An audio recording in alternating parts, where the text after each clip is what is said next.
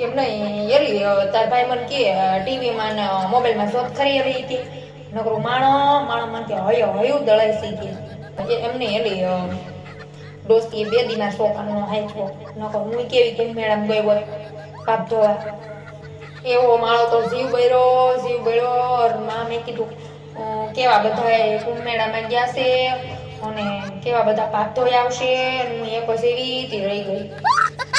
પણ તાર ભાઈ મને કે એવું કઈ ન હોય કે એ તો કે તાર પેટમાં કે પાપ છે કે તાર પેટમાં પાપ નથી એટલે હાલે કે એટલે મારી નણંદને કાન ભંભેળી કરતી હતી મારી નણંદ કે